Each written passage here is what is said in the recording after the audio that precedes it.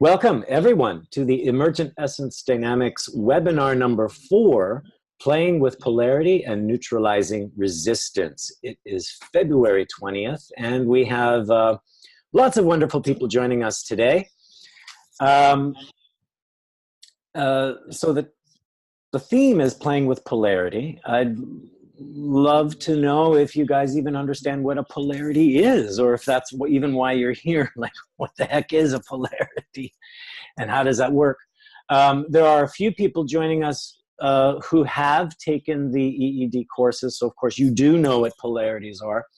And I'm going to give you a very broad overview of what polarities are, how they function, how they create resistance, how we can neutralize that, and how we can get back into a resilient state of being. And for those that have taken the courses before, this will be a great review, and I'm hoping that you'll also get even more insights. So,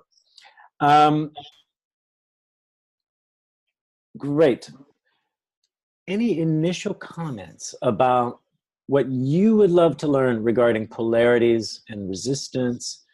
I don't have to hear from everyone, but I'd just love to hear just a few comments or initial questions that you have. I'll note them and I'll include them.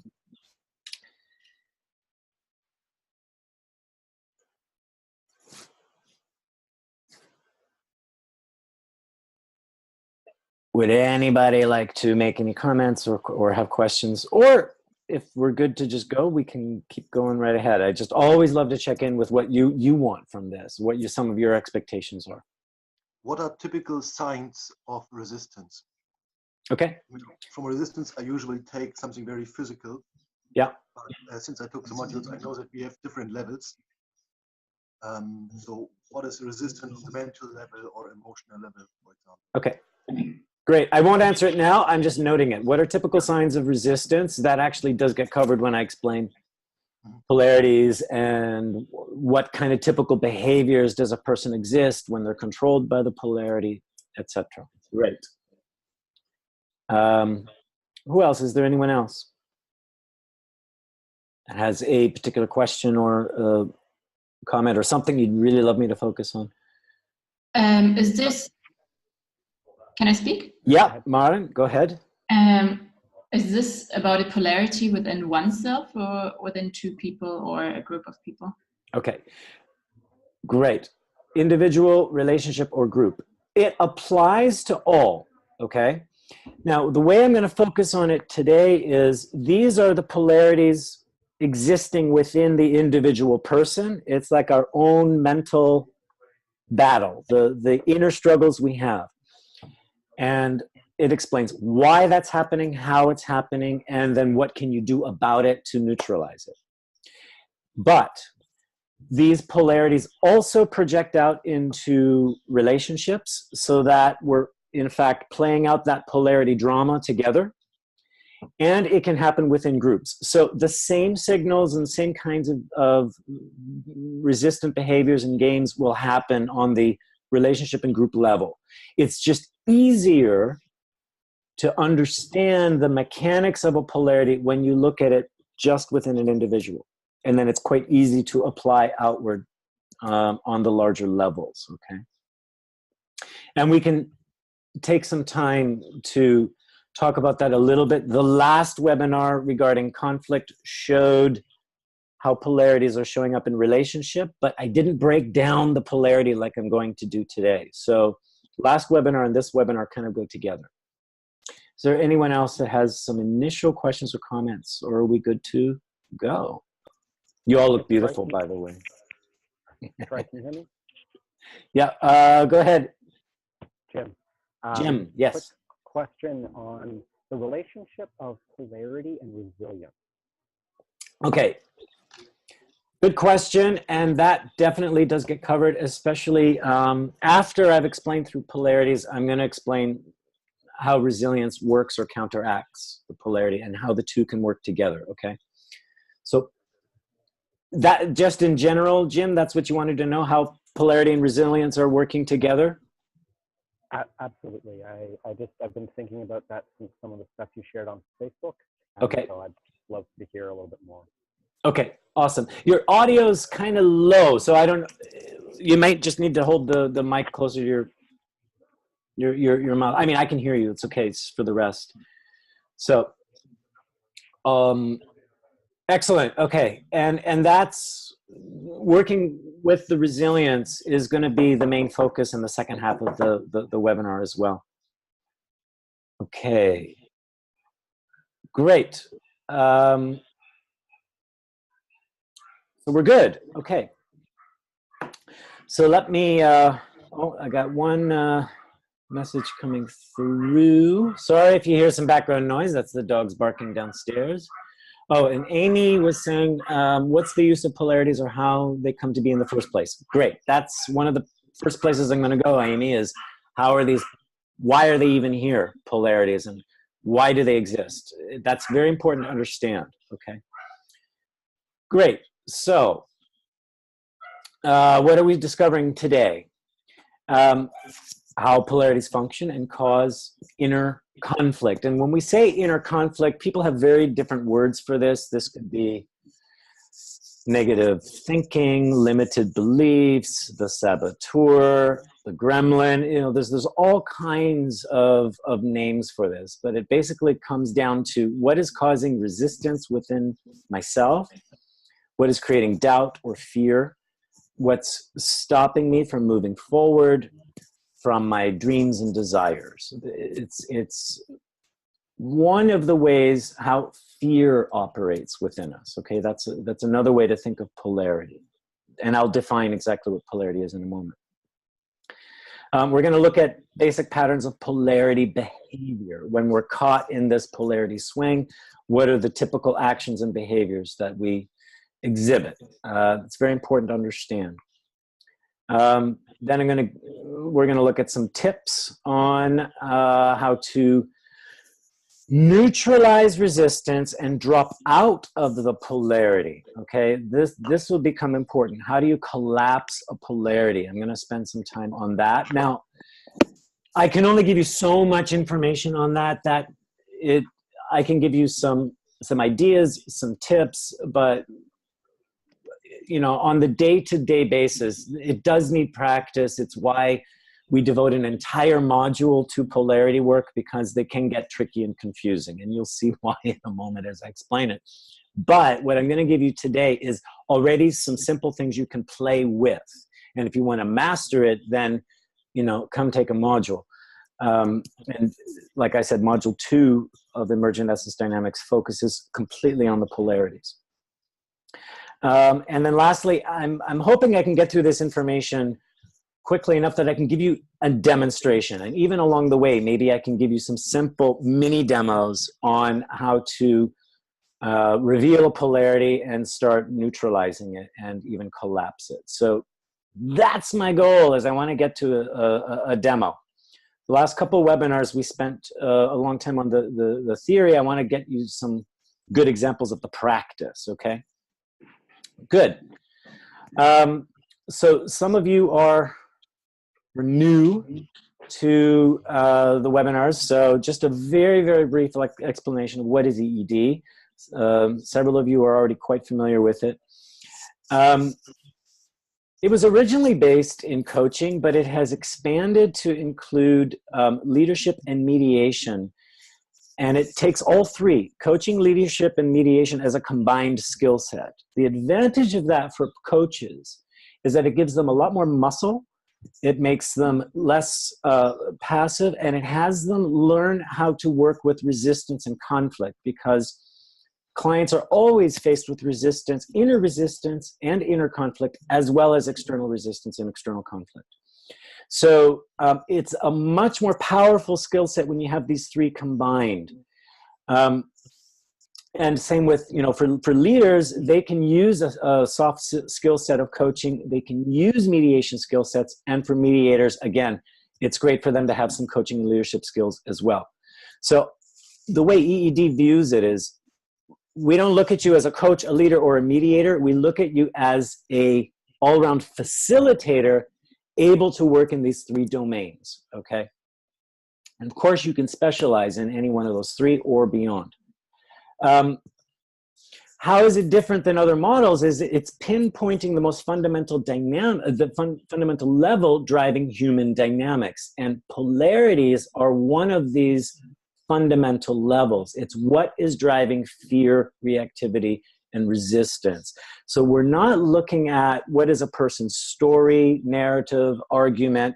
We're more looking at what are their actions and behaviors, and then revealing what are the beliefs driving that. And then we can shift those dynamics. That automatically shifts the beliefs, and then it shifts the behaviors. And that is what creates a transformation. So we're going much more, it's like lifting the hood of the car and really working with the engine instead of tinkering with the wheels and the paint job and all the exterior of the car, okay? Because you can change the whole outside of the car, it's still going to run the same. So EED is looking at what is the whole engine driving the human being. Our main goal is to restore resilience, well-being, and autonomy in the person before we make any transformation. When a person is more resilient and they have a relationship with themselves based upon well-being, and they've restored power over themselves, that's what autonomy means. They're not deferring out to external sources, but they are the internal source. They now have greater agility, more creativity, and then they can make much more sustainable transformations, okay? Because we've shifted the dynamic, we've restored their resilience. Now they're at choice on what they want to transform. And what usually happens is 98% of the stuff they thought they could not manage, they now can manage. And so we're cutting out a lot of unnecessary change because they can actually deal with it and accept it. Then that 2% that's left, those are the key changes they make.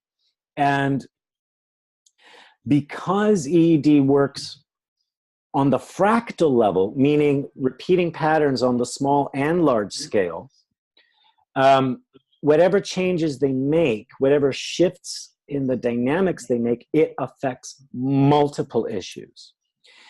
The other advantage of working with a fractal-based model is you don't have to work on the big stuff. You can work on tiny little micro behaviors, small situations that are much more manageable.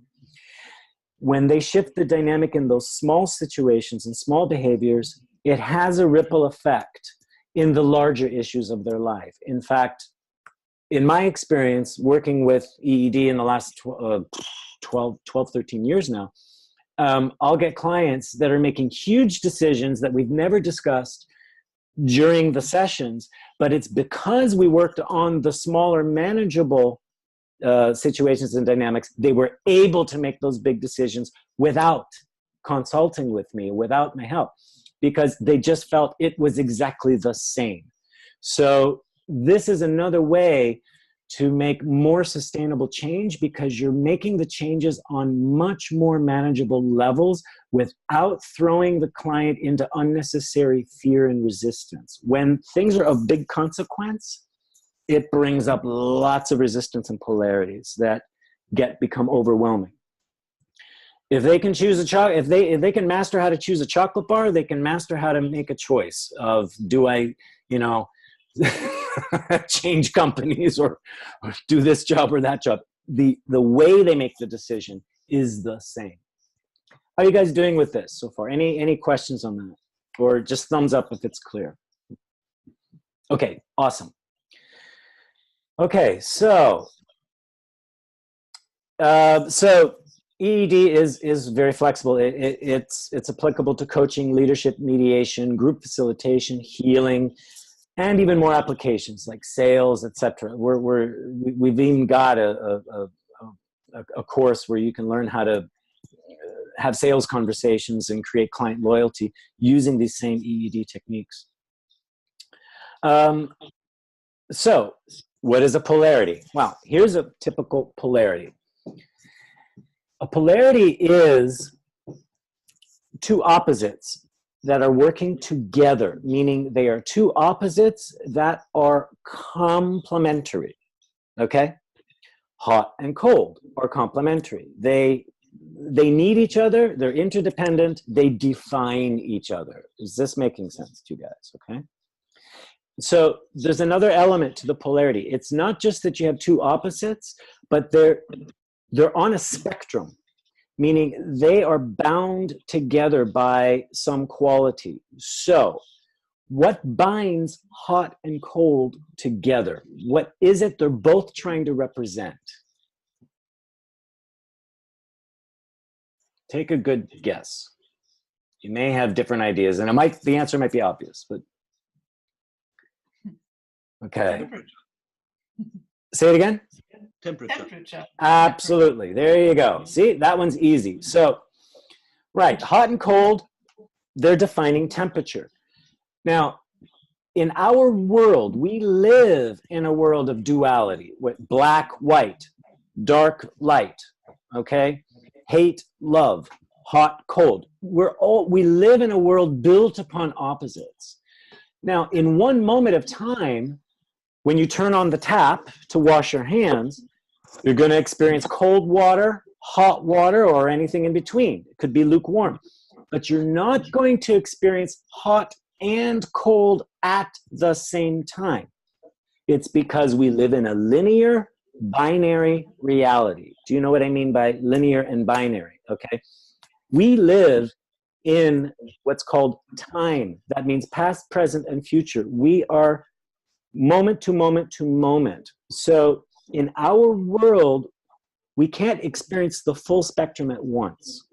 So what happens is we're swinging back and forth between these two opposites, trying to give ourselves the illusion of experiencing this at once. Okay? Now, if we leave this world and enter a world of unity and timelessness, a quantum world, okay, beyond duality, this is what temperature would look like. The full spectrum is one whole thing, okay? All temperatures at once, okay, at all times.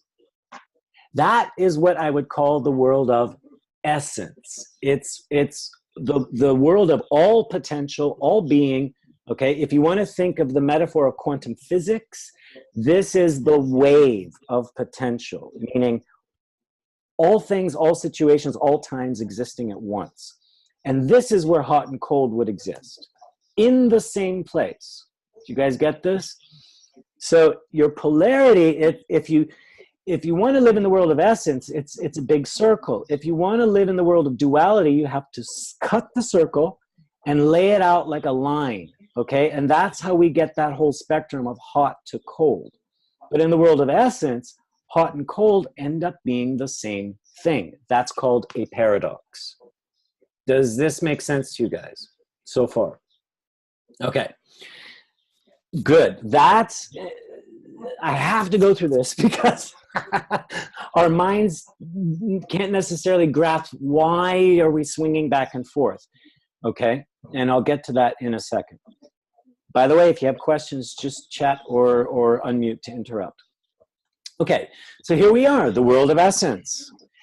Let's think of this is who you are before you have a personality, before you have an ego.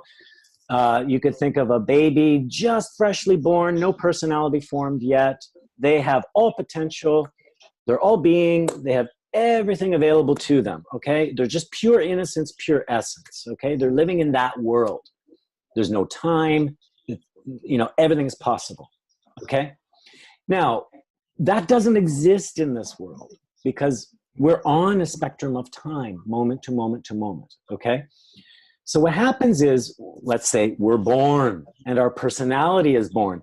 Essence then sends a copy of itself into the world, and it's like an empty vessel, okay?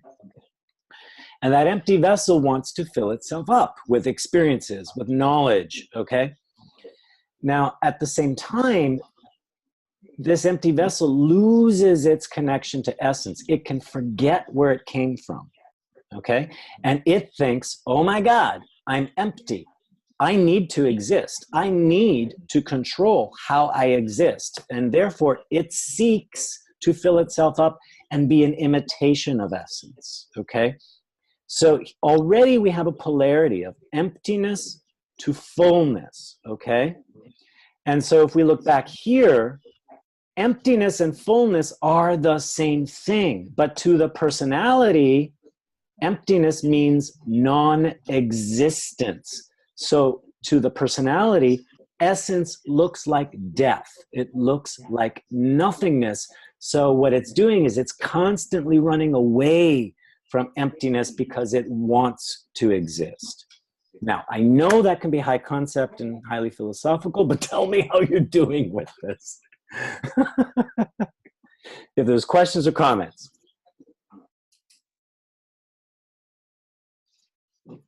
Just give me a thumbs up if you're okay with it. Yeah, okay, good. Okay, so this is very important that on this level of the empty vessel filling itself up, trying to imitate essence, imitate the source it came from, trying to express all aspects of itself. This is the level of ego, personality, you can call it the reptilian brain, all of this, because it's based upon filling itself up and running away from emptiness. This is survival. This is a way to describe survival, okay? Is this making sense for you guys? Okay?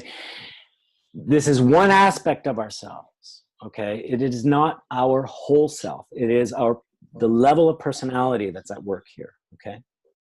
So, how does a polarity function? So first, we've got emptiness and fullness. And emptiness always moves to fullness. Why? Because it wants to survive. It will never move backwards to emptiness because that means it's moving towards death. Who wants to die? Just raise your hand, right? You've been given this wonderful life. There is no way you're going to run into danger and kill yourself, okay? The personality is hardwired to survive, okay? And now here's the thing. Fullness is driven and defined by emptiness, okay? What this means is, to the personality, its fullness and fulfillment is conditional because it's in reaction to emptiness. I want to be secure because if I am not secure, I move back to that emptiness. I want to be rich so that I'm secure, so that I can take care of my family, because otherwise I will lose everything and move back to that emptiness. So all fulfillment is conditional. Does this make sense to you guys? Okay. So in one way, it's great. It gives us the drive to create it, the drive to accumulate things, the drive to evolve. But on the other hand, the fulfillment will never be enough because it's always got this shadow of emptiness behind it, okay? It's never unconditional fulfillment because it's always defined by that emptiness. Does that make sense to you guys? And this is why fulfillment on the personality level can feel temporary, or it can get bored, or it can be dissatisfied, meaning I got to get rich. I got to make that €1,000,000. I've got the €1,000,000. Uh-oh, it's not enough. I need 5 million. Do you understand? It's just always more, more, more, more, because the fulfillment is defined by the emptiness. How you guys doing? Okay? Okay. Question. Yes, question. Bettina. Yeah, fulfillment is not fullness. Fulfillment is not fullness, right? Well, when we fulfill ourselves, it gives us the effect or feeling of fullness, okay? Meaning the emptiness is filled up, gone away, covered up, right? That's what we mean.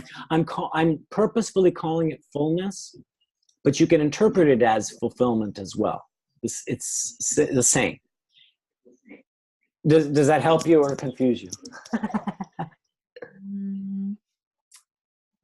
Well, it helps and it helps not, because fullness for me, well, like mentioned here, it's the end of fulfillment, and That's fulfillment is an ongoing process to reach what is not reachable. Yeah. Because fullness is not reachable. Or is So, it? yeah, true. Think of this as the ultimate end goal, absolute fullness. Okay? And so the process of fulfillment is to move towards this direction, keep filling myself up with experiences, knowledge, and wonderful things, so that I'm now expressing my all potential, all experiences. That's what I mean by it's an imitation of essence. It's like I've accumulated everything that essence could possibly contain, and I am the full expression of that essence. That's what I mean by the fullness, okay? Okay. Thank you. Okay. Now, so this is what it looks like. Essence is here, okay? It's on its own dimension, its own level. It's not on our level of reality. But when essence comes down to earth and expresses itself through the personality, this is what it looks like. Essence is actually both sides, and it's that whole spectrum in between. It moves from emptiness to fullness, okay? Now remember, I said that circle is emptiness, fullness is actually the same thing. Essence is all potential, so it can appear to be nothing and everything at the same time. When we put it on a linear line, that's what it looks like. And now, again, because to the personality, emptiness means death and danger, it's naturally oriented to move towards fullness. So its first two behaviors are to flee danger in search of safety. That's a typical reptilian behavior. Flee the danger in search of safety. Now, when we mean safety, that could mean security. It could mean I escape the danger in search of something totally opposite or something else. Like, I don't want to deal with violence. I'm going to flee that, and I'm going to turn on the TV in search of a nice program that shuts everybody up. Okay, that it can be a search and escape. Do you understand? What can happen with our fullness and safety is this could be our values, it could be our dreams, it could be our vision, it could be anything that makes us feel safe and full. Okay? But still, if it's defined by that danger, we're still on this polarity spectrum. Okay, this is very important to know. Now, you'd think, okay, so is that what we're always doing? We're just always fleeing danger in search of safety? Well, in a sense, yes, but we are more complex beings than that, okay? Because we may have many aspects of our personality that see danger in many different ways, okay? So, for example, let's call this one aspect of my personality says, I don't like work. It's overwhelming. It's overtaxing. It takes all my energy. It's too much. I need to flee that in search of a vacation and rest. And I just need to stay at home and I need to recharge so I can be with myself and feel like I'm a whole person again, right? That might be one aspect of my personality. It says, work is bad, rest is good, okay? And it's hardwired to be oriented that way. Okay? And let's just stay with this one singular aspect of the personality so we can illustrate this clearly. Now, sometimes life does not always go the way we want it to, right? Like, it's Sunday, great, I don't have to work, I can rest all day. But then comes Monday, and Monday says you must work, you must earn a living, right? So on Monday morning, I cling to my pillow. I put the covers over my head. Oh, I just want to rest a little bit more, please. I don't want to go to work. And I fight myself to get up. I fight myself to go to that work. And I feel like I can't do this. I have no energy for it. And I will fight to enter that danger. But life is pushing me that way, okay? Here is where we're experiencing resistance. Cling and fight. Does this make sense to you guys? Any questions? Or just a thumbs up if it's clear. Okay, great.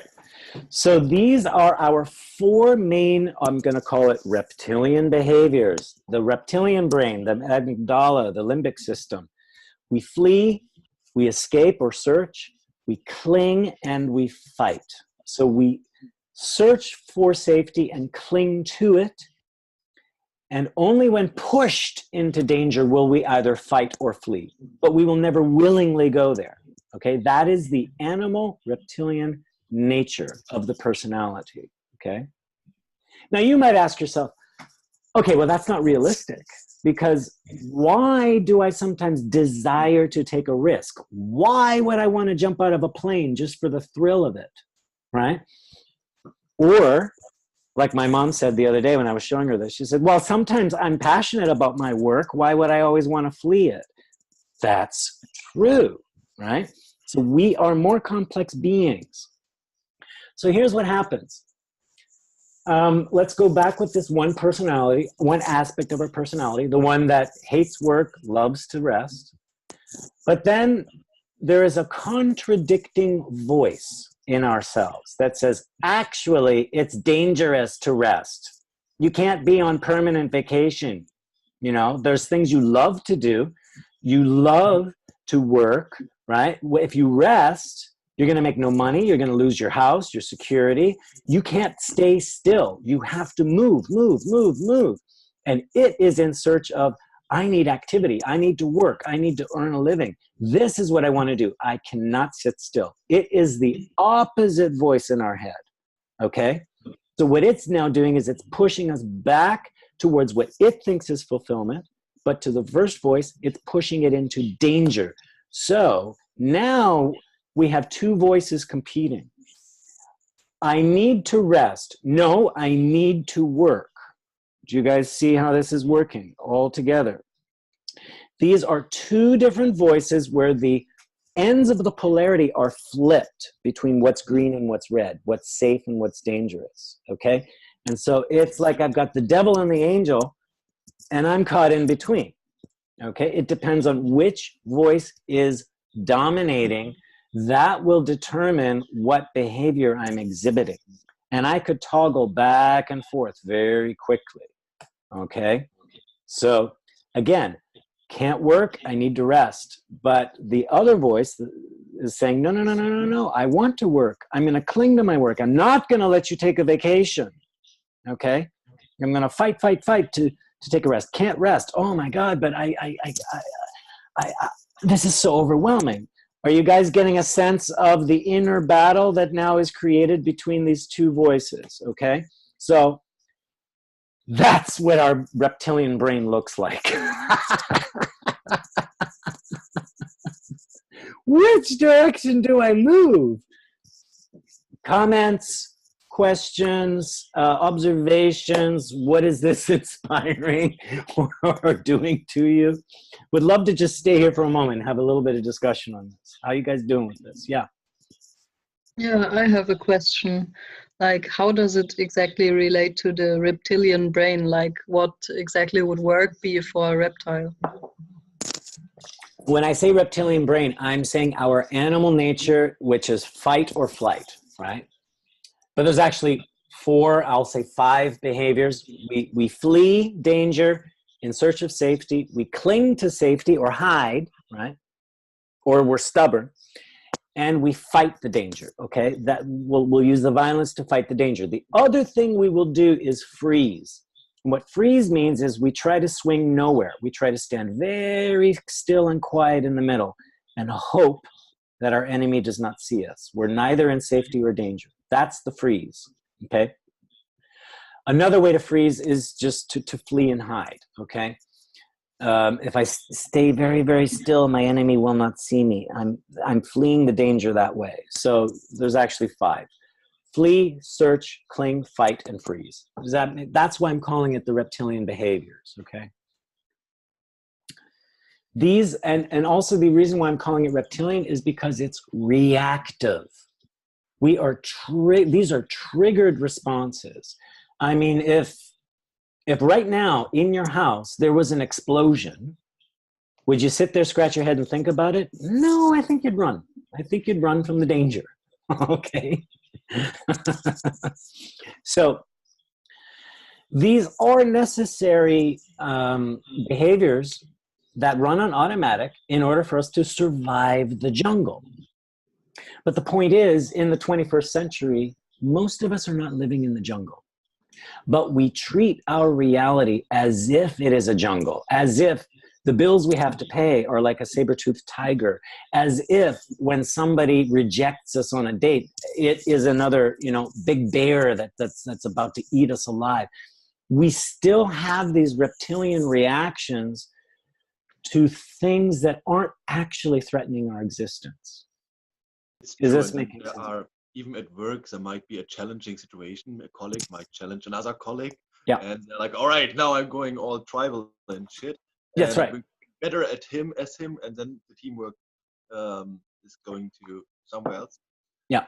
And instead we should think, okay, how can I make all my colleagues feel comfortable at the place where we are, so that we are like not getting into a fight and flee. Yeah. So exactly, when we're overusing this, this is what's creating stress and anxiety, and we have these adrenaline rushes. It affects our health. And the way society is structured right now, this is constantly triggered. And the more we are taught not to access our resilience and autonomy, this is what we resort to, and this is what stresses us out, creates mental anguish. It chips away at our well-being, makes us sick, because this is in overdrive, okay? And in a way, we've been programmed and taught to react day to day like this. Just pick up a newspaper, read the headlines, and already this is going to happen. We're going to swing back and forth, right? Because it's identity politics, and identity politics target the identity nature of ourselves. Does this make sense, guys? Okay, this whole society built upon political correctness and be offended is designed to trigger these reptilian responses, okay? And it tires you out, okay? What do we do with this? We need to neutralize the polarity, temporarily collapse it, so we can reconnect with resilience, reconnect with a deeper essence in ourselves, so we're not just bandied about swinging back and forth between danger and safety. When we're on this polarity swing, it's like we're unconscious and on automatic, doing programmed responses. We lack lucidity. It's like we're just being thrown on the river, and the river is carrying us.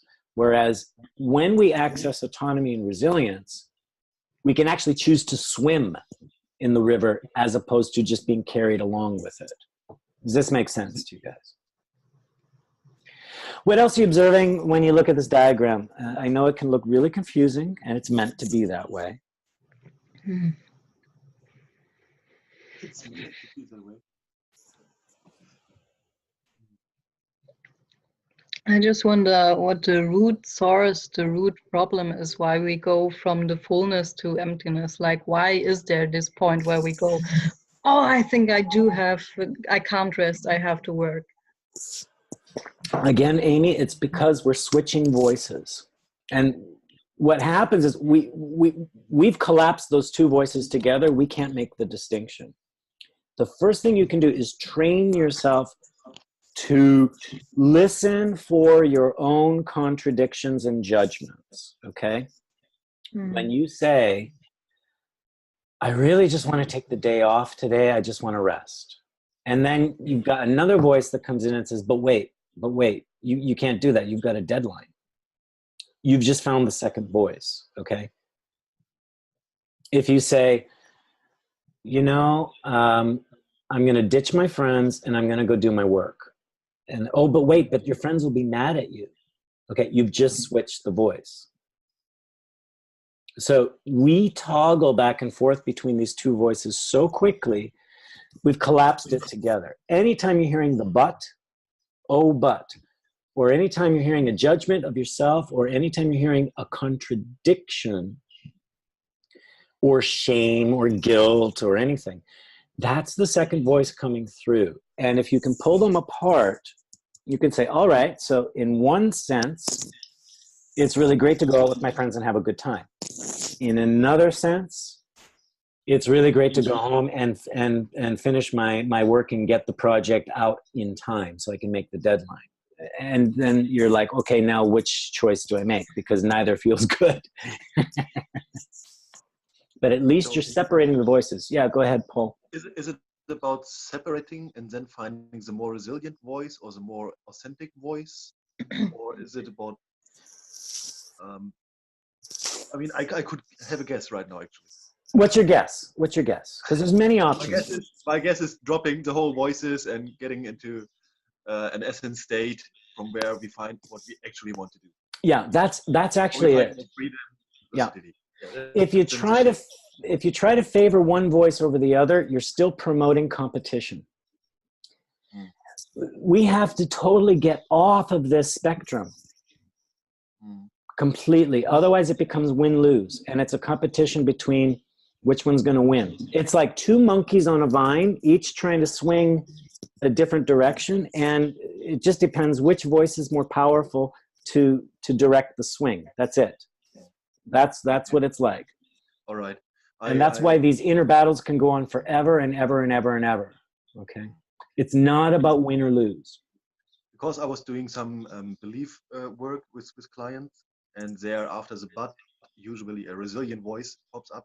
And then in the next stage, we would foster this resilient voice and make it stronger. This is why I kind of was thinking after the resilient voice. Yeah, be careful with that, because the resilient voice might actually just be the fulfillment voice. You got to make sure it's an unconditional voice. Okay. All right. Yeah. If it's got conditions laid in there, it's still the false fulfillment voice. Like, okay. I'm going to be strong, and I have willpower, and I'm determined, and I'm going to, do my best every day. I'm going to work out at the gym because I love it. Right. It's got to be unconditional. If there's still that but, we're still on this track. Okay. I'll give you guys tips on how do you turn a fulfillment voice into a resilient voice. Okay. How do you move it from conditional to unconditional? I'll show you that. So what I was doing is I was trying to make the resilient voice, or the voice. You were trying to say it again? I was making it independent from other people or from outside events, making it the person would only rely on himself or only follow what he would want him or herself. That's one of the first stages, is that they're not relying on anything external to validate or control them. The second thing that must be done is you can take that fulfillment energy and have them turn it back into themselves. How does it promote their well-being? What do they enjoy in that feeling of well-being? That will start creating a more resilient loop within themselves, so that then it's not dependent on getting away from emptiness. It's not dependent on chasing a fulfillment. They know that it rests within them. It's always there. It's permanent. It's always accessible. And they are the creator of it. Okay. Okay. Yeah, I did that too. In the technique, you taught us that success and empowerment are parts of the discipline. Yeah. So, and we learned this in module 1. How do you plug in any resonant energy into source and resilience so that it is self-sustaining and self-perpetuating? Amy wrote a comment here. Okay, so would you agree that dropping the polarity is more or less just a matter of discipline? Yes.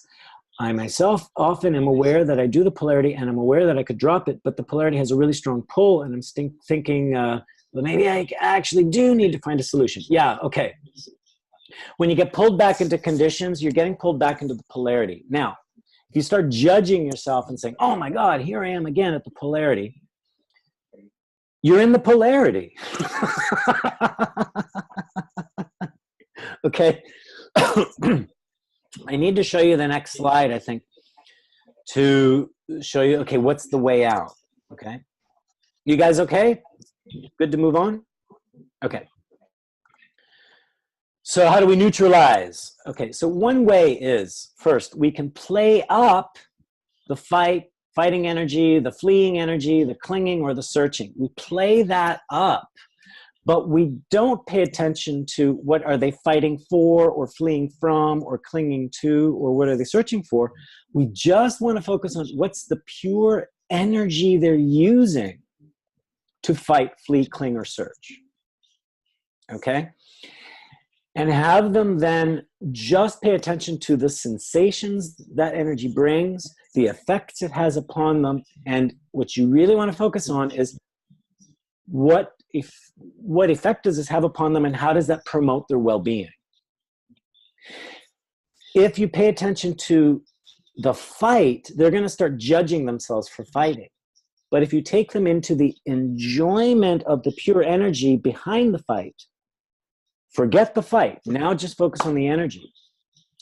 That's now where they're accessing resilience, okay? It's no longer about the fight. The fight is the trigger for the resilience, okay? I need to push that person away because they're confronting me, they're intruding on my space, they make me, I just want to push them away. Great. Do the push. Do the push a few times. What is the energy you're using? Where is it coming from in your body? What are the sensations and effects that energy has upon you? Say, well, yeah, but I don't like to push. I don't like to push. Just push. What are you enjoying in the push itself? Don't pay attention to who you're pushing or any of the effects. Just the pure act of pushing. What does that do? Well, I feel strong. What's the pleasure in that strength? Well, it makes me breathe hard, breathe deep. I feel like I've got a lot of adrenaline running through me. I'm standing tall, straight. My legs are firm. See, now they're in the pure energy. Do you guys get this? It's no longer about the fight, but just that pure energy. Okay, you're standing strong. Your back is up. You've got strength in your arms. How does that strength feed back to you? What does it promote in yourself? Well, I feel confident. I breathe deep. I have clarity. I'm alert. I feel like a tiger in the jungle. Great. How does that promote your well-being? What does it reinforce in you? Any kinds of questions like that, okay? That already gets them in a more resilient state, okay? How are you guys doing with that? Okay. So you use the reptilian behavior to capture the resilient energy behind it. You see, the one thing the personality doesn't know is it thinks it's driven by emptiness, but it actually is cultivating a whole ton of strengths and strategies to fight the emptiness. That's actually resilience, but it never believes that it is resilient in itself. It always believes it's vulnerable and fragile. So you have to temporarily take away that belief and just stay with the resilient energy. Plug that into source, okay? There's another step to that. I'll get to that a little bit later on how do you get it really plugged into the source. But for now, I'm just saying use those reptilian behaviors to capture the pure energy and feed it back to the well-being so that they are now experiencing resilient energy, okay? Now, there's another way. Oh, any questions on that? Okay. Call the bluff or give it what it wants, okay? So, for example, your client is saying, oh, I have this interview I have to do tomorrow, but I don't know what to do. I don't even want to go to it, but I should go to the interview tomorrow because that means maybe I'm going to get a better job. But then you know what? Maybe that job is crap, or I don't know. Maybe I'm not going to give a good interview and maybe I'm just not worth it. Maybe, probably they're not even going to hire me anyways. Okay. Oh my God. Do you hear the confusing messages in there? How they're toggling back and forth from one voice to another, contradicting? Okay. Pick one and aggravate it all the way to the end. Maybe I don't deserve the job. Well, you don't. You don't deserve the job. You know that as well as I do. And they're going to go, what? What do you mean I don't deserve the job? Suddenly their energy switches. It flips, right? You've aggravated the polarity to one end. it's going to flip back, okay? Because what they're realizing is, well, everything I'm saying is only 50% true. It's not 100% true. Do you guys understand what I mean by that? Oh, maybe I shouldn't even try to fill out that application. I'm just going to fail anyways. Well, you are a failure. It's like, boom, black or white. Now, here's what's important. You have to capture the reaction, okay? And focus again on that pure resilient energy behind the reaction. Because here's what they're going to do. What do you mean I'm a failure? I don't always fail.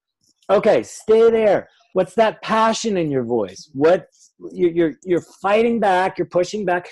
Great. What's the energy you're using? Do you guys see? What it does is, if the polarity is swinging in one direction, you've just interrupted the swing and you've temporarily collapsed the whole polarity. What that means is the whole personality has blanked out. They've left level of personality and they're in this blank state. It's very quick, but I call that the moment of stun. It's where there's a temporary pause in the swing of the polarity, and then it needs to decide, okay, which way do I go now? Which way do I go? So it can start swinging again. It's like a glitch in the program, like the rainbow wheel on your computer, processing. And it's while you've got that rainbow wheel going, that's when you can drop them into a level of essence or resilience, okay? It's like, boom, deer in the headlights. Don't know what just happened yet. Now you catch them because they've temporarily let go of that reptilian mindset. Is that making sense for you guys? Okay. That's called call the bluff. You know, if they're starting to berate themselves, punish themselves, say, you know, this is probably what it's going to be. Say, yes, it is. Make it absolutely true. Okay? Because what they're really saying is, oh, I feel like such a failure, but am I? Right? And they want you to say the opposite. They go, no, you're not a failure. So they can just keep it going. No. Call the bluff. Oh, I'm such a failure. Yep, you are. And you see? Did you hear that reaction from you guys? You laughed, right? Okay, you got to catch that reaction. Don't backpedal on what you're doing here, though. Okay? Put it out there and wait. Now, it could backfire. They might say, yeah, I guess I am a failure. I'm a total failure. Then you can say, wow, you swallowed that really quick. I just defined who you are. What's that like for you? They go, what? What do you mean? I said, I just said you're a total failure. And you just said, yeah, like without even hesitation. So are you? Because what you've just done is you've robbed them of their autonomy and made them know it. They let you take their power away. You just have to let them know it and say, what's that like to give me all the power? I know they're going to want to grab it back. By law of polarity. Now, if it backfires again and they say, yes, I give you all the power, then say, great. So then I'm coming home with you. I'm going to feed you. I'm going to hold your fork. I'm going to move your mouth while you chew. I'm going to sleep beside you because I have all the power. I mean, literally spin it out to the end. And I guarantee you at some point they're going to swing right back and say, no, I can really do it myself. Okay, they take back their resilience and autonomy. Is this making sense what I'm saying? Okay, so you call the bluff or you aggravate one direction of the swing right to the end, okay? Whatever they're threatening themselves with, follow it through to 100% and then see what their reaction is, okay? What's really important in EED is there's a two-part to the formula. We provoke and then we catch the reaction. You have to do both, okay? You can't just say, yeah, you're a total failure and then leave it. No. You have to capture the reaction and focus on the resilience, okay? I want to be very clear about that. the other thing is give it what it wants. It's a little bit different than calling the bluff. Okay. I'll give you an example of give them what they want. So I was standing on the street corner one time in Paris, that's where I'm living half the time. And this guy walks by and he says to me, you know, bonjour, monsieur, which is hello in French.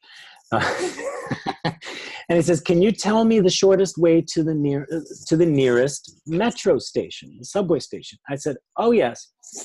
You just go around the corner and it's like 100 meters away. And he goes, okay, thank you. He takes 3 steps and then comes back and says, are you sure that's the shortest way? And I say, yes, I'm absolutely sure. I live in the neighborhood. He goes, well, but wouldn't it be better to go the other way around and down this street and then find the metro? I said, you could do that, but it's longer. If you want the shortest way, I guarantee you go this way. He goes, yeah, but I really think, I'm wondering if this is the better way. What do you think he wants?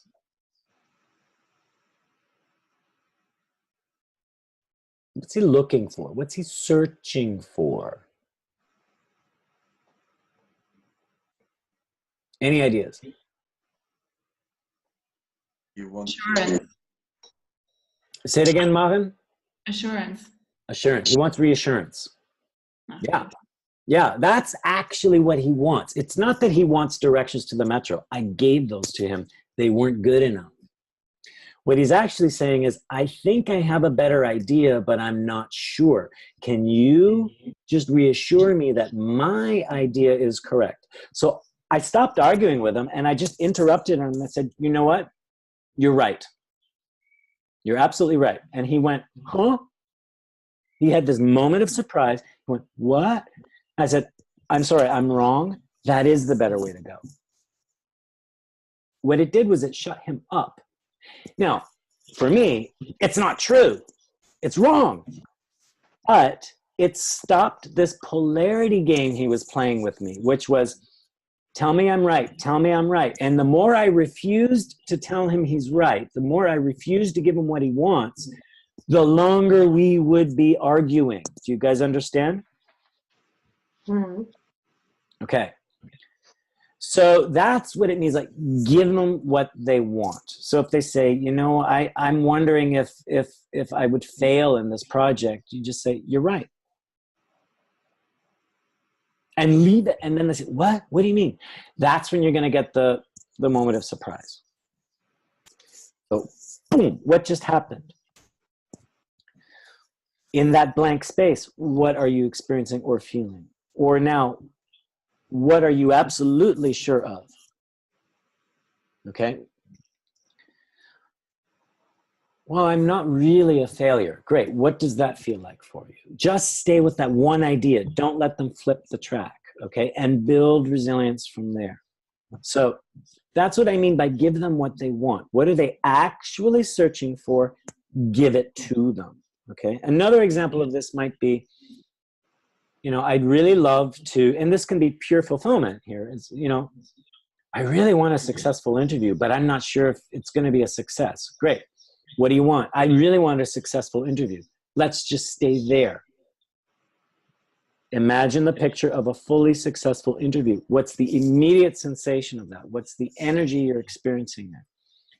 And hold them in that green space. Do not let them flip. Okay. It's another way to give them what they want, okay? How are you guys doing with this information?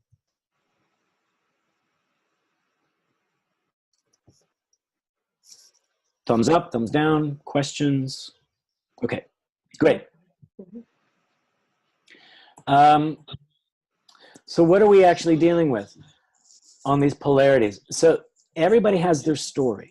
That's one side of the truth. That's one side of the polarity, okay? That's one voice. Why would they contradict each other? Because the polarity operates on this level. Two truths in opposition, okay? And this is what's going on inside their head. There's one version of me, there's another version of me, and we're battling it out. And the client is caught in between. Which side do I take? Okay, that's what's happening. What we're doing with, when we neutralize polarities, or what we're doing with EED, just by action response, provoke, capture the reaction, we're actually opening up so that they can start having a more fluid truth. It's not either or, but it's moving them more into both are possible, and then eventually we take them off the polarity where they're in that level of essence, okay? So when you neutralize the polarity, they drop into this place where anything is possible. The truth is not absolute anymore, okay? And they can actually start choosing. When we want to build resilience, we drop them into this level of essence where they don't need a polarity. This is where they're in unconditional being, okay? Polarity lives on this level. This is a game, and this can happen internally, or it can happen externally, where each person is representing one side of the truth, and it's swinging back and forth. When we call the bluff or give them what they want, they drop into here, meaning, huh, what? They've dropped the game for a little bit. We can further drop them into a resilient state of being, and then we can put them back in the polarity, and they will have a completely different outlook. So this is the process we work through in EED, and we just cycle back and forth between these levels. We take their game, we neutralize it, we build resilience, put them back in the game, and they have a whole different relationship. And the more they drop into this essence place, the less, the more autonomy they have, and the less they're controlled by those reptilian behaviors, okay? That's just to give you a quick summary. Any questions or observations on that, or is that going way over the head? Just thumbs up if it's okay. All right. Okay. So how do you build resilience? Okay, so we've captured that pure energy, right? What we want to do is promote the well-being. So you want to cycle this energy. It's find where is that central place they're experiencing this energy. How does that promote their well-being? Okay. How is it unconditional? So some key questions might be, what feels really permanent and timeless here in you? What's that special quality you're experiencing that enables you to feel confident or enables you to trust? Okay.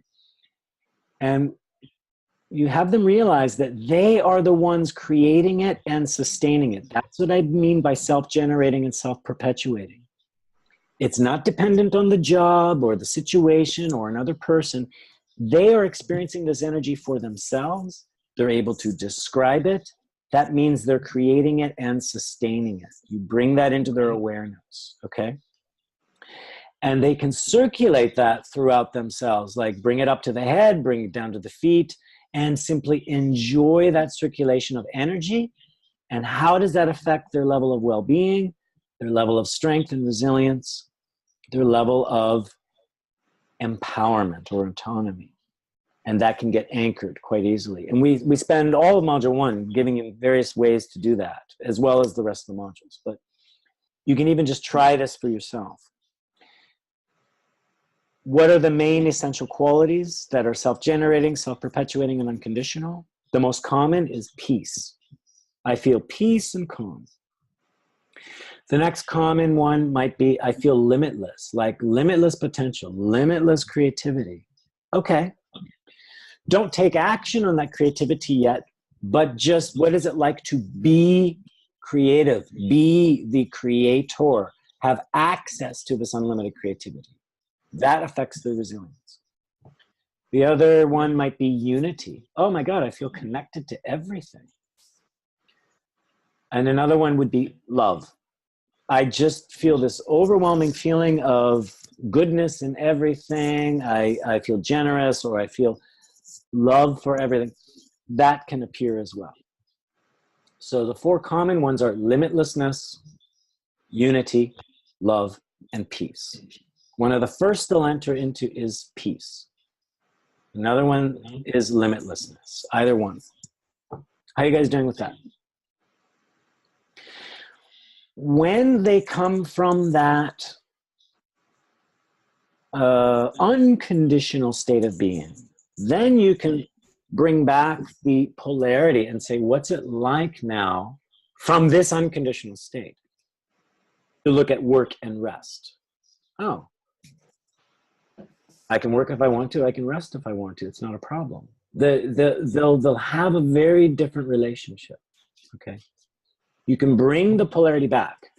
You can even imagine, okay, see those aspects of yourself on a screen fighting each other. I need to work, I need to rest, I need to work, I need to rest.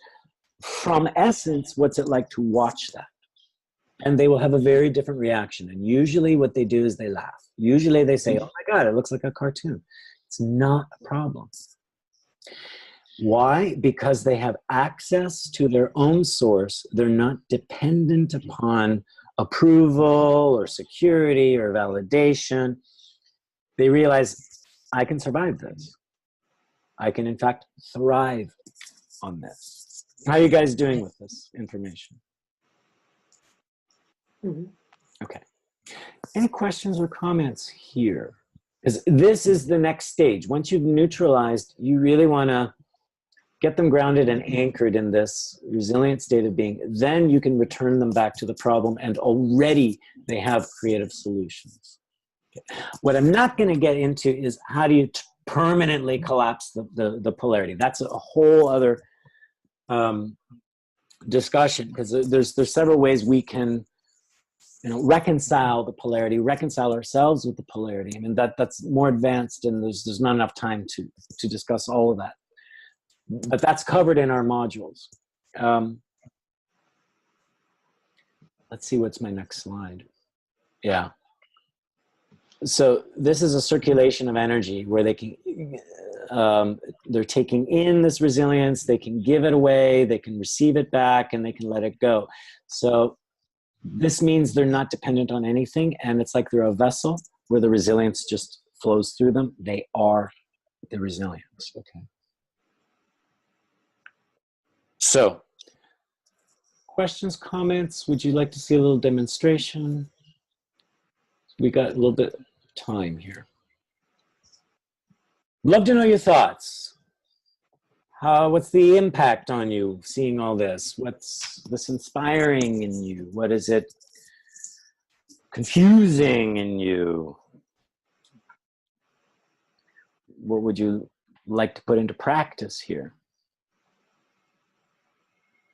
I sometimes find it difficult to act from an essential state, to act from an energy perspective, so to say. Mm-hmm. But when I find it, I feel very superior towards being in a polarity state. In a polarity state, I feel how I'm driven by voices. Mm-hmm. Let's say it like this. And in the essential state, I can very easy observe the energy flow between people, and also like between me and work. Yeah, this is just what what popped up in my head right now. Okay, great. And maybe what I find difficult is circulating energy within myself. Mm-hmm. Though I can feel it, but I think it just needs training and awareness. All you really need is to identify the energy and identify a location where that energy is existing, where you feel the strongest sensation of it. That's what we mean by a center. It's an energy, there's an energy here, it has a sensation and a location. It has a quality or an effect, where it affects your emotional state, it affects your mental state, right? So you keep it really simple. What's the body center? What's the energy sensation? And what's the special quality it contains? That's all you really need. Then, you could let it naturally flow down into the feet, naturally up to the head, or you just keep it in that center. And let that be your central orientation, meaning drop your whole brain, eyes, ears, and nose down into here and start interacting with the world from that center. It changes things around for you, okay? About the circling, what if you don't really have a strong sensation? Can you also do it with your mind? Like Yep. thinking, okay, I think it's in my heart. Yep. Yes, you can. And the key there is to say, fine, I think it's in my heart. Fine. Go into the heart. Say, well, it doesn't feel very strong. That's fine. Ask yourself, even so, what am I enjoying right now in this? Enjoyment will amplify the focus. Because what we tend to do is we tend to judge the intensity of the energy. Enjoyment neutralizes our tendency to judge, okay? When you're doing it with this, yourself, maybe like say if you were working with me, I gave you a strong experience, and then the next day when you try to reactivate it yourself, it's like 99 levels weaker. Doesn't matter. 1% is the same as 100%. It's where you put your focus. And the key question is, whatever is here, what am I enjoying? Because if we focus on, well, it's here, but it's not enough, it's not the same, we're killing the energy. Okay? This is really, really, really important. There was one more thing I wanted to mention here around the neutralizing factor, okay? I want to look at the polarity again. One way off the polarity, and this is harder work, but this is where I give you lots of techniques to work with, in particularly in module 2, is you deal with the emptiness. Okay, there's some special techniques for this. Because remember, if we're constantly running from the emptiness, okay, it's always in control of us. But if I build resilience and I can take myself into the emptiness resiliently and realize, despite the emptiness, I am still okay, therefore I can be here, I'm no longer being controlled by the polarity. Okay? So for example, oh, but, you know, if I rest too much, I could lose my job. If I don't take a break, you know, I could lose my job, right? Right? So, or actually that's here. Taking a break means don't rest, don't rest. I could lose my job. Uh-oh, no more work, no more work. So doesn't matter which one I stand in. Okay, fine. No more work. Lose my job. Stay with the thought and then ask yourself, okay, here I am, no work. How am I still okay? Okay. That's the key question. Connect to the emptiness. You'll have lots of reactions towards it, but say, despite all that, how am I still okay? Another way to capture resilience is to ask, what is something nobody could ever take away?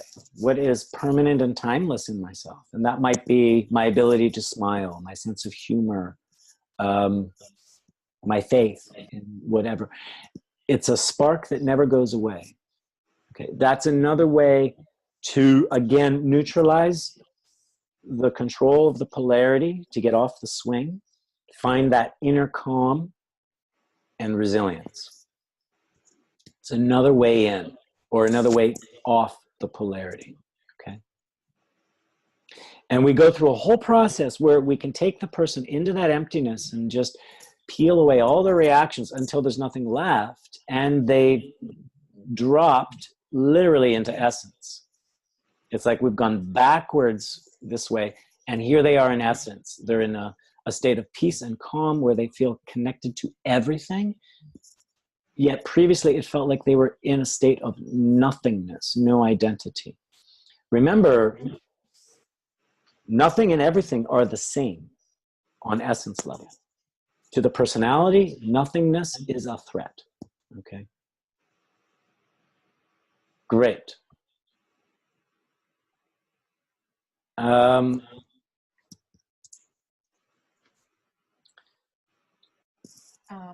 I Yeah. ask a more systematic question for Yeah. the whole model? So if we are looking at this pyramid, it's a 4-step model, right? It's not necessarily a 4-step model, but these are different levels we can work with the client on. So we can work on the level of their story, meaning what they say to you, all the facts they present, all the arguments, okay? You can look deeper and see what's the game they're playing with themselves or others. That's the level of the dynamic, okay? This is where the polarity exists.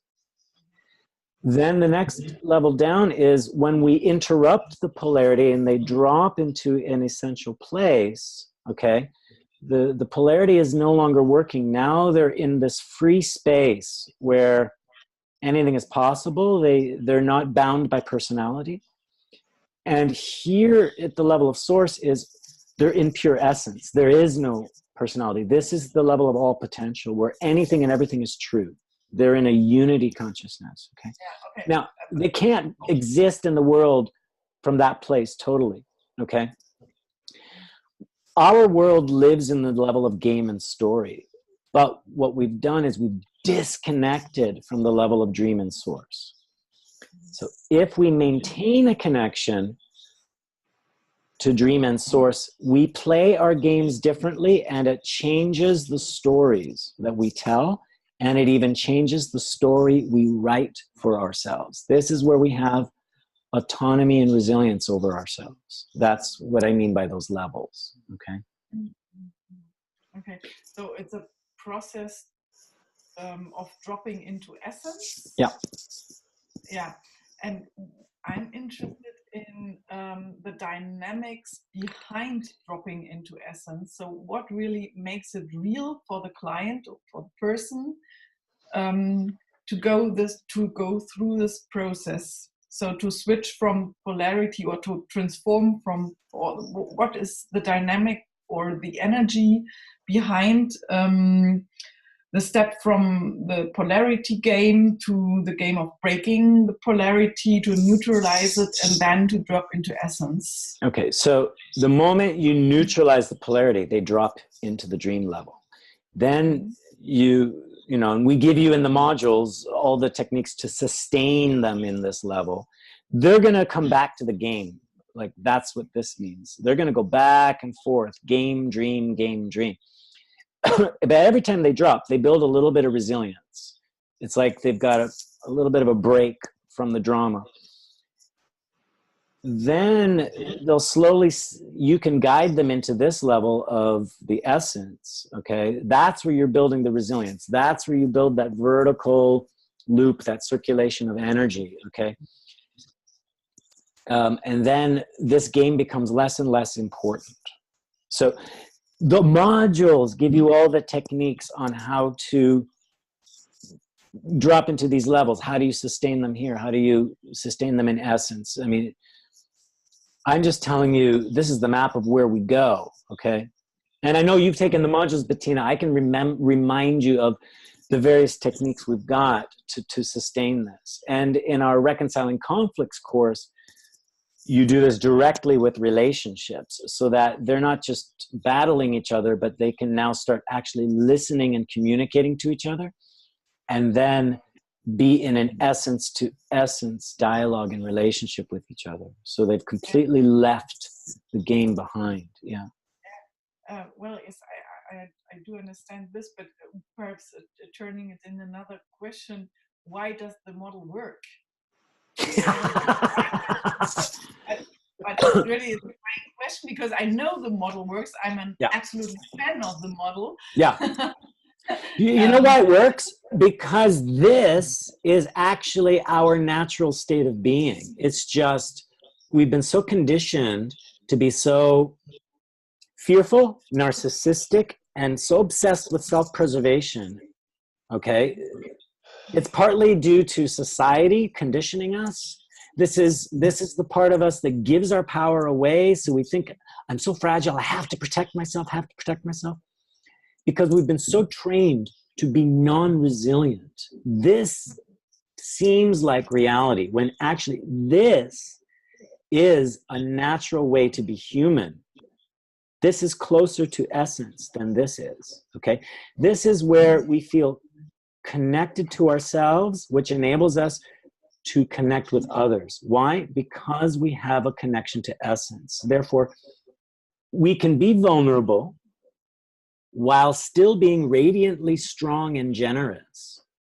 We can still protect ourselves. It doesn't mean we give ourselves away, but we're not protecting ourselves from conditions, okay? I can't trust Bettina because she's going to rob me, and if she robs me, my life will end. What I can actually do is I can say, well, I can be friends with Bettina. I can have this conversation. I know she might rob me, but okay, and if she does, I'll handle it. I'll even put her in, I'll take her to court and put her in prison, but it's not a threat for me to talk with her or have a relationship, right? This is so black and white that we create enemies, whereas this allows us to live in a more fluid truth. There's more available to us than just the one truth of the one story we live. So that's why it works, because there's more resilience in the way we interact with ourselves and others and our world. And that's actually more human, because what gets activated is these natural qualities of unity, love, peace, limitlessness, which brings out more benevolence, compassion. It does not mean it restricts us from getting angry, okay? But we can get angry. But that anger then is more about passion. And we don't need violence because we're not killing to survive. In fact, if we all believe we're one unit, we're in unity, why would I kill you? I'd rather work with you and create with you, okay? But this separation, everyone is in their own bubble and fragmented, this is what promotes violence and killing, etc. This is what promotes all our darkest vices, right? We have no connection to that natural benevolence in ourselves. That's highly philosophical, but I'm going to say that's why it works, because we are more connected to our full humanity in these levels, the dream and source. Is that making sense now? Or did I just over answer that question? Yeah, thank you. Yeah. Mm-hmm. So in a way, when we take these EED courses, we're relearning how to be in relationship with ourselves, each other, and the world. And it's in a way we are deprogramming ourselves to be so protective and fragile, right? But it takes a leap of faith to drop. And you only need to drop once, and it could be for 1 second. Once you've got a taste of it, you can do it again and again and again. And that's the discipline. Like, was it Paul you mentioned? Does it take discipline? Yes, it does. It takes discipline and practice to retrain our whole mental state. Right? How you guys doing with that? Okay. I didn't get to the demo. I wanted to. But I did give examples. I gave some examples. In a way, it's a demo. But so just very quickly, so like I said, it does take practice and mastery, right? You get the theory in the webinar, but here's where you get the in-depth training. Okay, so in module 1, you learn how to build resilience, neutralize that reactivity, okay? Some quick ways to neutralize it. Module 2 is where you do all the direct work with the polarities, okay? You get introduced to the polarity, you get introduced to how to neutralize it, etc., etc. And then even how to drop somebody into essence, take those polarity cells and reabsorb them back into essence so that it becomes more reconciled. Module 3, more work with reconciling polarity with essence, meaning how do you have ego and essence working together so they don't compete? It's not better to be only in essence, but to bring essence back into the personality. And that then opens up new levels of consciousness, expanded awareness, okay? And then we have our conflict course where you use polarities and reconciliation together in relationships and in individuals. So I know you guys have, most of you have taken the courses, but if you want to assist, these are our upcoming modules for the number 1. And for Cosima, Kai, we've got modules going on in Munich coming up in March and April, March 22nd to 24th, April 5th to 7th. We also have a module coming up in Paris, module 15th, March 15th to 17th. And our next webinar is coming up March 6th. Now this has to do with working with the law of attraction. So it's another way to use EED, where it's more using the creator consciousness. And what this will do is give you the basics of what does it really mean to use law of attraction, because there's a lot of myths out there, and I think some false information around how law of attraction works. There's some superficial interpretations. So this is meant to clean that up and give you ways of how do you have an intentional focus so you really use your creativity and you are in creative response to everything around you. That's what that will be about. Okay, and this is something we focus on in module 3 and beyond, is how to enter this creative consciousness. So, you know, you'll all receive a thank you email. You'll all receive a recording of this webinar. You'll get all this information as well. So, you know, visit our website, follow us on Facebook and Twitter. We have some demos on YouTube. Contact me if you have questions and you want more information, okay? Thank you all of you for being here. I'm hoping you enjoyed it. I'd love to hear any final comments that you have. What are you walking away with? What's new for you now? What feels inspiring? Thanks a lot, Troy. This is Kai. I'm on my way into the concept, I have to say. So I was quite busy to follow and to try to connect to what I have in my mind and body already. So that's why I was a bit held back. But it was really interesting and inspiring. Thanks a lot. Okay, great. And, you know, there's a lot of information here. You know, go listen again to the recording to review it and let it absorb even more, because it's a lot of information. Yeah, anyone else? Yeah, I also enjoyed it because I had no clear idea what it's about, but I heard of it, and now I have a better feeling about it, and you really explained it so well, even if I had no background knowledge, that I could follow. So thank you for that. Awesome. Thank you, Cosima. Yeah. And if you have further questions, you know, always feel free to contact me, right? This is very rich material. It's a lot to cover in 90 minutes. I'm not expecting any of you to master this. And like I said, you're getting the theory and the philosophy for the actual practice and the techniques. That's why we have the modules, because and each module is 3 days. So it's, and even, you know, Amy, Bettina, Paul, you can attest to this. And even those 3 days are intense, a lot of information. It's meant to give you a lifelong worth of material to practice, and it's applicable everywhere. So, and like I said, it follows natural cycles. So it's nothing that's really that artificial, and it's meant to be quite logical and pragmatic. So, and it does take discipline to be able to use. But once you get it, once you start hooking into it, it's very natural and it feels very smooth, and it becomes second nature. I mean, for me, I just see everything functioning through polarities and resilience, and it becomes much easier to manage relationships and conflicts. But yeah, it is really about turning your whole thinking around and thinking differently. Anyone else? Okay. Well, thank you very much for attending. I hope you'll attend our next webinar, or tell your friends about it. Tell them to come attend the next webinar on March 6th.